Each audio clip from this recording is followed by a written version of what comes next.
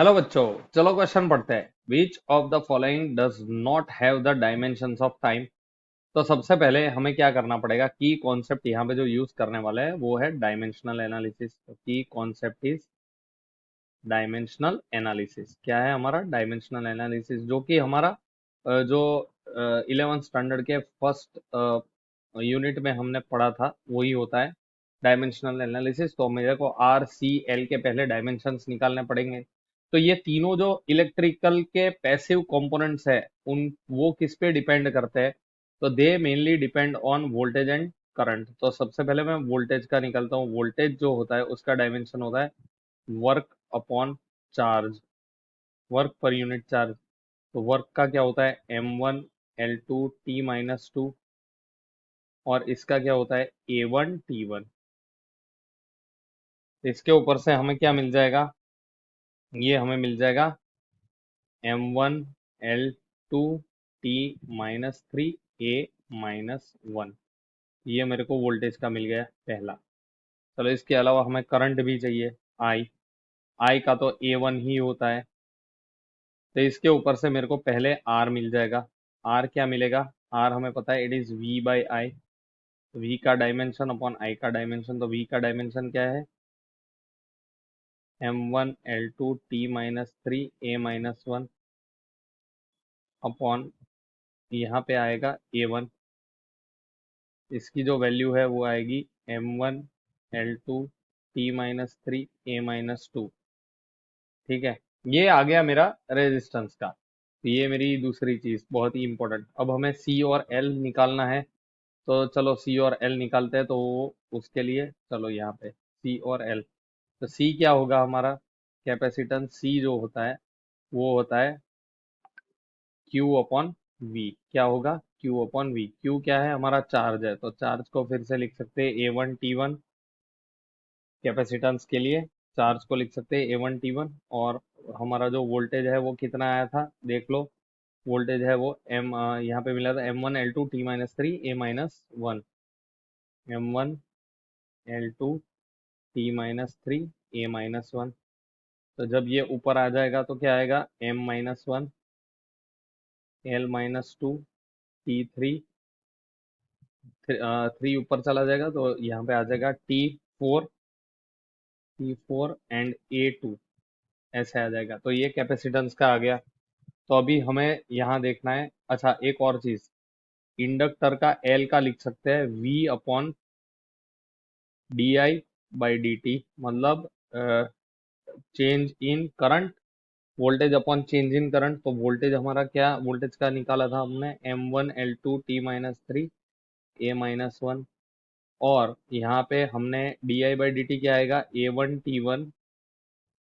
A1 आएगा और ये इसका T है वो ऊपर आ जाएगा तो T-1 हो जाएगा। तो यहाँ पे क्या मिलेगा मेरे को M1 L2 T-2 A-2। ये मेरा आया डायमेंशन किसका। तो मेरे को RLC तीनों का डायमेंशन मिल चुका है। तो अब मेरे को क्या करना है, देखो पहला ऑप्शन देखते हैं। Let us check the first option. तो पहला ऑप्शन है RC। तो RC का डायमेंशन क्या आएगा, RC। R और C का मल्टीप्लीकेशन। तो R और C, R का डायमेंशन क्या आया था मेरा, R का डायमेंशन आया था M1 L2 T-3 A-2। M1 L2 T-3 A-2। और यहाँ पे मेरे साथ आएगा M1 L2 T-2 A-2। देखो, अब यहाँ पे ध्यान से अगर चेक करते हैं तो मेरे को क्या मिलेगा। अच्छा, यहाँ पे L2 आएगा। अब देख सकते हो C है तो L-2। C होगा M-1 L-2 T4। और A2 होगा तुम्हारा A2। यहाँ पे देखो हम कर सकते हैं M1 - 1 L2 - 2 T-3 + 4 and A-2 + 2। इसके हिसाब से हमें मिल जाएगा, देखो M0 L0 T1 A0। इसके ऊपर से हमें इसका क्या मिला, डायमेंशन, टाइम का डायमेंशन मिला। तो ये हमारा ऑप्शन नहीं हो सकता है। चलो सेकंड देखते हैं। सेकंड है हमारा R/L। R/L R by L को चेक कर लेते हैं। अब ऊपर आर आएगा, नीचे एल आएगा। तो आर बाय एल को कैसे लिखेंगे, देखो। नेक्स्ट, आर यहाँ पे क्या है हमारा, R is equal to, R by L हमें करना है तो R is equal to M 1 L2 T-3 A-2। और एल क्या होगा हमारा, यहाँ पे एल भी चेक कर लेते हैं।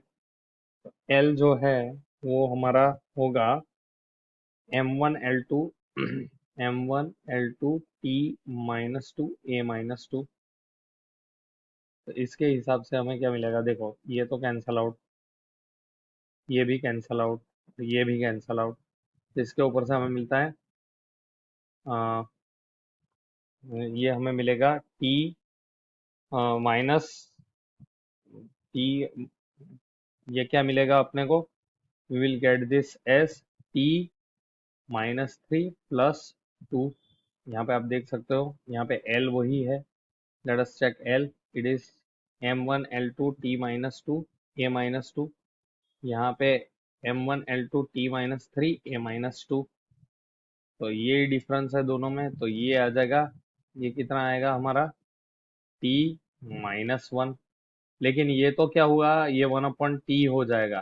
तो दिस इज फॉर फ्रीक्वेंसी। तो ये हमारा ऑप्शन होना चाहिए, दिस इज अवर ऑप्शन। क्योंकि इसका मतलब क्या हुआ, आर बाय एल है तो एल बाय आर क्या होना चाहिए इसके ऊपर से, एल बाय आर जो है वो हमारा क्या होगा, L by R would be equal to time का होगा। तो ये तो हमारा ऑप्शन नहीं आ सकता, क्योंकि किसका डायमेंशन नहीं है, हमें बोला है टाइम के डायमेंशन नॉट हैव बोला है। तो यहाँ पे कौन सा टाइम का डायमेंशन नहीं है, तो हमें देखने को मिल रहा है कि it is not R by L. तो R by L is our final answer. तो यहाँ पे लिख देता है R by L does not have dimensions of time. तो यहाँ पे हमारा बच्चों फाइनल आंसर आएगा R by L. Hope you understood. Thank you, best of luck.